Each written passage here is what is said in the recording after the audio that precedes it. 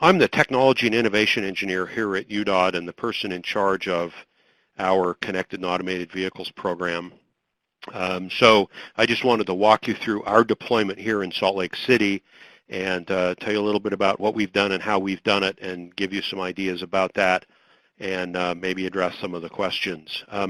We started deployment here about 4 years ago, and our intent was to build a corridor with DSRC on it that we could use for deployment and testing and get ourselves prepared for equipped vehicles which are coming at us in the next few years. But we also, as we planned for the deployment, wanted at the end of the day to say we've got an application that could potentially give us some benefit. And so we brainstormed and looked around and tried to figure out what kind of applications we might be able to do on a limited scale, something we could do small and scale up later, and realized we needed vehicles to make something happen. So we partnered with the Utah Transit Authority and basically built a system that allows transit buses, when they're behind schedule, to ask for priority at the intersections. And the goal there was to increase schedule reliability. On this particular route, the transit agency told us that their buses experienced a challenge in many cases because of the traffic and were often only 86% reliable on schedule. System-wide, their system is closer to 93 or 94%. So that established a goal for us to improve transit schedule reliability while minimizing the impact to the rest of traffic. While we were starting on the deployment, the SPaT challenge came around, and so of course this becomes our corridor for the SPaT challenge as well. This is an 11-mile UDOT-owned arterial on the west side of Salt Lake City. The corridor is actually longer than 11 miles, but we took an 11-mile piece of it because it coincides with Route 217 of the Utah Transit Authority bus system. This corridor has 30 signalized intersections. We've got full fiber optic connectivity along the corridor. All the signals are connected to our central traffic control system, which is Intelight MaxView. And we run ATSPMs, the signal performance metrics, on all of these signalized intersections, so we get a lot of data out of the controller. We have 2 different brands of signal controller on the corridor. 4 of them are Econolite Cobalts, and the remainder of them are Intelights. You see my numbers don't add up. I just noticed my numbers didn't add up. Sorry about that. There are 30 signalized intersections there. We then went ahead and started installing DSRC RSUs on these intersections. We eliminated 6 intersections because they have some other kind of complexity going on, and we actually didn't want to mess with them. So we've got DSRC on 24 intersections. We made a conscious decision up front to try 4 different brands of DSRC to play with the interoperability issues and to look at performance and those other kinds of things. And all of these intersections are now actively broadcasting SPaT and MAP. Here's some photographs of the installation. This you can see that in most cases we've installed our RSUs either on the signal pole, on a luminaire above the pole, or out on the mast arm a little ways on a little post. Unlike many other cities, we don't have a lot of, particularly on this corridor, we don't have a lot of tall buildings to get in the way. These are omnidirectional antennas, but obstructions can impair the signals. We also don't have a lot of huge trees, a lot of growth along the corridor, and so whereas some cities find they need to put these DSRCs way out on the mast arm near the center of the roadway, if you will, we have not had to do that. That simplified our installation, allowed us to install without closing lanes, for instance. And so these pictures show you a couple of those installations and how we've done that. Some lessons from this, we've learned that the hardware installation is fairly straightforward. It doesn't take long to put one of these up. They're powered over Ethernet, so you run an Ethernet cable down the pole and into the cabinet. We've generally selected the corner of the intersection that has the cabinet on it so that that run to the cabinet is shorter. That's not always the case, but that's generally, we've been able to make that work. RSUs have sort of it's well known that they sort of a nominal range of 300 meters. That's actually sort of a minimum range. We have generally found that we get much more than 300 meters of range out of these RSUs, sometimes 2 or 3 times that. We have one instance where a message sent, a map message sent from one of these RSUs was picked up by an OBU in one of our fleet vehicles 4 miles away. So that's an extreme case. There was some elevation change, but nonetheless, we get more than 300 meters out of these, quite a bit more than 300 meters. And our vehicles driving down the road often see 2 or 3 intersections in a row at the same time. We created maps for all these intersections. There's really no document out there that tells you how to create a map. There's a spec for the maps. It meets the J2735 standards. We're broadcasting SPaT and map according to the 2016 version of J2735, but it doesn't tell you how to create the map. It doesn't tell you how far apart to put the points and some of those kinds of things. And we spent a lot of time in our early map making trying to figure some of those things out and reverse engineering a little bit some other map documents that we had access to and thinking through that. It was not a trivial exercise. It was harder than we thought. Once we got it down, it wasn't bad. We used some high-resolution Google mapping that our state mapping division, if you will, has access to. So we were able to pull that mapping in and pick points on that mapping. On a couple of these intersections, we sent standard survey crews out to verify our point selection, and they matched up really, really well. And so we were comfortable with mapping that way. I'll jump ahead a little bit and tell you we're building a second corridor. On the second corridor, the roadway was under some reconstruction, so we couldn't use mapping for that. Nor could we use the USDOT mapping tool because it uses Bing Maps, which are existing mapping systems. So on our intersections for this next project, we actually had to use microstation files and pull our coordinates out of there.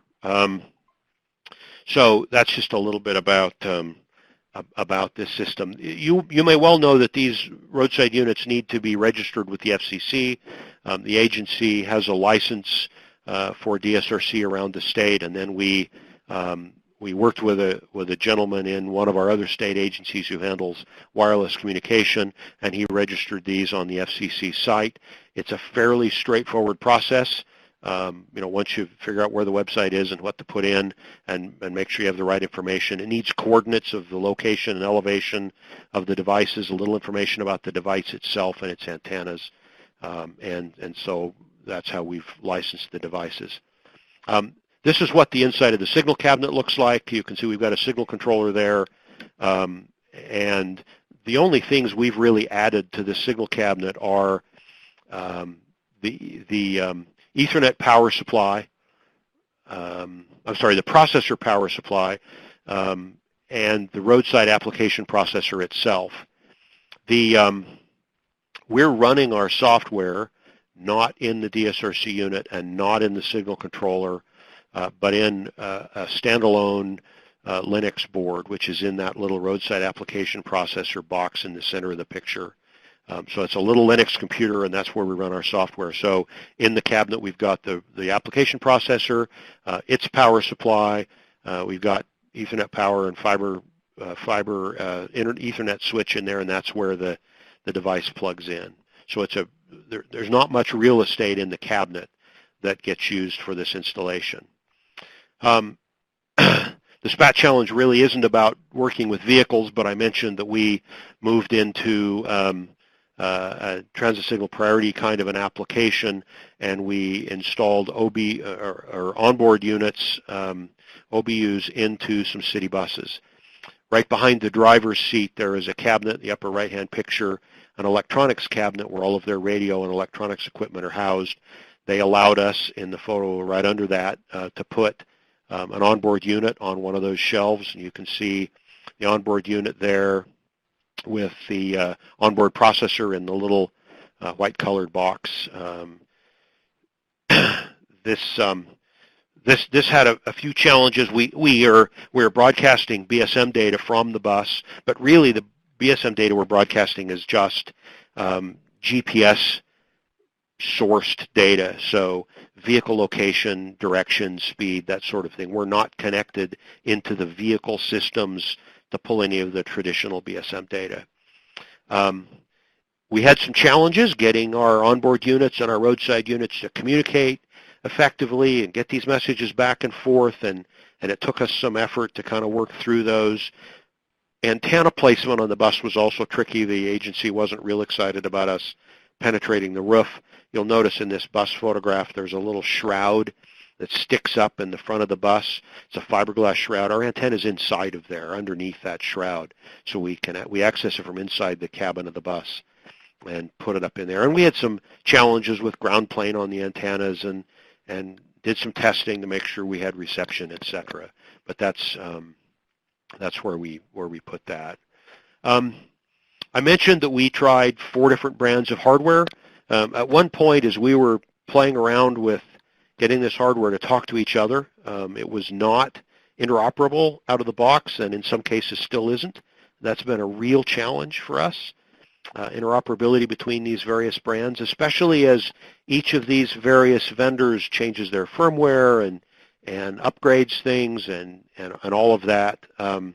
We've had some ongoing challenges with that. At one point, our staff decided that it made a lot of sense to mount a bunch of these together in one place and connect them into our network along with some signal controllers. That's what you see here in this photo, which enabled us, as software developers were working on our software, they could log in from wherever they were, connect to our network, have one of these devices send it to another one of these devices on the wall.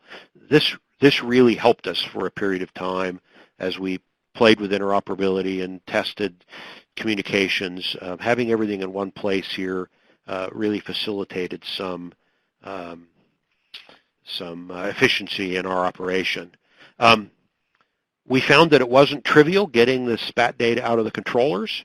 We worked directly with the controller manufacturers to find the data and get it extracted, and then we create a map message on our Linux board. I think that's getting easier. We were doing this before some of these vendors were creating some of the tools that they now have in the controllers. These are modern controllers, but they weren't yet 1202 version 3s, where I think some of those problems will be solved.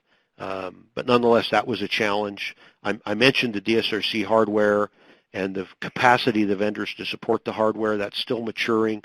There's still changes. We've got some software workarounds that we've found that we've had to build to make certain things happen because there were some functions that weren't supported by the hardware.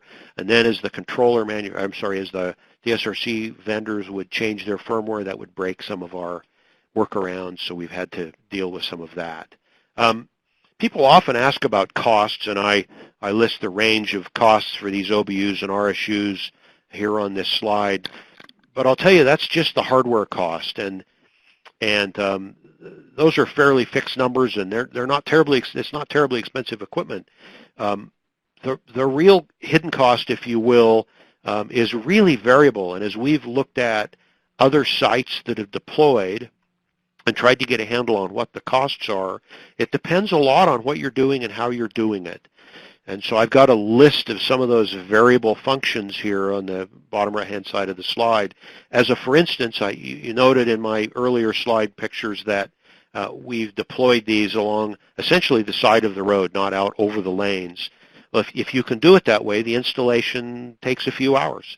And it's pretty simple. If you're closing lanes and putting them out over the lanes, or maybe having to do that at night, well, that's a whole different story. And it takes more time and more people and more cost, and those are hard things to capture because they're fairly site-specific. Some agencies go out and do spectrum evaluations and look at the spectrum in the intersection area, what kind of competition there is. We did not do any of that. We hung these.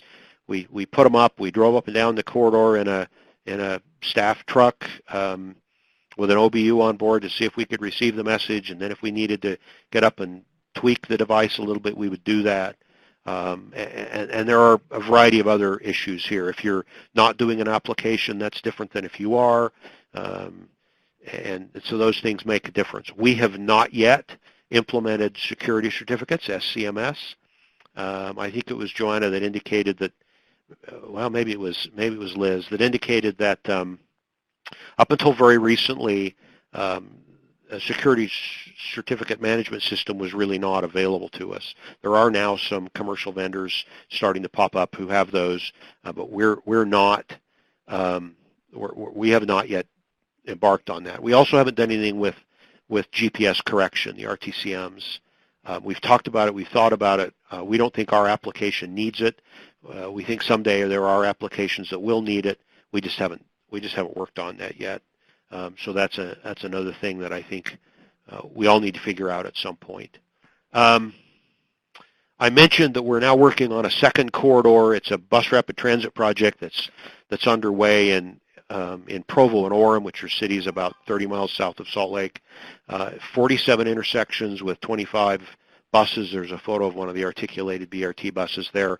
The bus will be in a dedicated lane more than a majority of its run, but not always. They're going to run really close headways, and so we're actively installing hardware on that corridor and in those buses. The bus system, the BRT system, will open for business and start service in mid-August, and we hope to have our system up and mostly running, maybe not perfectly running, but mostly running by that same date. We're also looking at several corridors in the Salt Lake Valley where we would give priority or maybe preemption to snowplows when they're actively plowing, when the plow's down and the spreader's on. And the goal here would be to get them through these intersections, get the roads cleared faster. We've done some analysis of some cost benefit of that, and we think it's justifiable. We're in the process of refining our corridor selection and looking at plow routes, and hope to have some of those up and running, at least a few of those corridors up and running this winter. So those are some of our next steps. Just a few lessons learned, and some of these will mimic the ones that Liz had. As you're getting started, take advantage of others. I mean, these webinars are great, and the resources that the Operations Center has are really helpful. Talk to other states and other agencies. Meet with consultants and vendors that have experience doing this and learn from them. As you prepare a corridor, the first step is really good backhaul and modern signal equipment. If you haven't done that yet, you're going to need to do that for whatever kind of connected vehicle application you might do. So put that on your radar screen, and if you're not quite ready to jump into connected vehicle, this is a good place to start to get ready. And then as you start to think about deploying, look at DSRC compatibility with your controller. Talk to your controller vendors. I believe it's a good idea to start small. Everybody can do this. Everybody can start with a few intersections or 15 or 20 intersections. Start small, get your hands dirty, learn how to do this, but keep the future in mind. So as you make decisions, think about scalability. Take one step at a time. If you jump too far in, it can be a little overwhelming. But jump in small and then kind of move from there.